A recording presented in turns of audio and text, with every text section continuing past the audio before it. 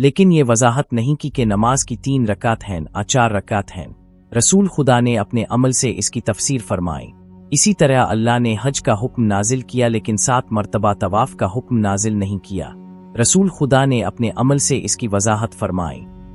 رسول خدا نے لوگوں سے فرمایا وَسِيكُمْ بِكِتَابِ اللَّهِ وَأَهْلِ بَيْتِي إِنِّي سَأَلَتِ اللَّهَ أَنْ لَا يُفَرِّقَ بَيْنَهُمَا حَتَّى يَرُدَ عَلَى الْحَوْضِ فَأَعْتَنِي ذَلَ واحد۔ میں تمہیں اللہ کی کتاب اور اپنی اہل بیت کے متعلق وصیت کرتا ہوں۔ میں نے خدا سے درخواست کی کہ وہ انہیں ایک دوسرے سے جدا نہ کرے یہاں تک کہ دونوں میرے پاس حوض پر وارد ہو جائے۔ اللہ تعالیٰ نے میری دعا قبول فرمائی۔ اہل بیت سفینہ نوح اور باب ہوتا کی مثال ہیں۔ بہت سے صحابہ نے حضرت علی، ابو ذر، ابو سعید خدری اور ابن عباس اور انس بن مالک سے روایت کی کہ رسول خدا نے فرمایا مثل اہل بیتی کسفینۃ نوح من رکبها نجا ومن تخلف عنها غرق۔ میری اہل بیت کشتی نوح کی مانند ہیں، جو اس پر سوار ہوا اس نے نجات پائی اور جو پیچھے رہ گیا وہ غرق ہو گیا۔ بعض احادیث میں یہ الفاظ بھی موجود ہیں ومثل باب حطۃ فی بنی اسرائیل۔ میری اہل بیت کی مثال بنی اسرائیل کے باب حلہ جیسی ہے۔ یہ حدیث حسب ذیل کتابوں میں موجود ہے۔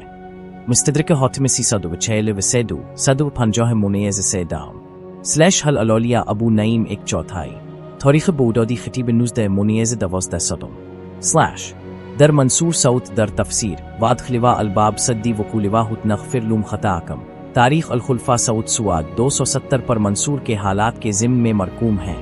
مامون نے رشید سے، اس نے میدی سے، اس نے منصور سے، اس نے اپنے باپ سے، اس نے اپنے دادا سے، اس نے ابن عباس سے، اس نے نبی کریم سے روایت کی اپنے فرمایا مثل اہل بیتی کسفینۃ نوح من رکبها نجا ومن تخلف عنها الو۔ میری اہل بیت کی مثال سفینہ نوح جیسی ہے، جو اس پر سوار ہوا اس نے نجات پائی اور جو پیچھے رہ گیا وہ ہلاک ہو گیا۔ یہ حدیث کنز العمال 216 میں مذکور ہے اور ابن حجر نے اپنی کتاب سوا المحرکہ کے سواد 75 پر اس حدیث کو دار قطنی، طبرانی، ابن جریر اور احمد بن حنبل کے حوالہ سے نقل کیا ہے۔ کتاب وسنت کی ان واضح ترین نصوص سے یہ بات ثابت ہوتی ہے کہ خدا و رسول نے حضرت علی کو مسلمانوں کا حاکم و آقا مقرر کیا، اور بعد کے صفحات میں ہم ان نصوص قطعیہ کو نقل کرنے کی سعادت حاصل کرتے ہیں جو دوسرے الفاظ سے وارد ہوئی ہیں۔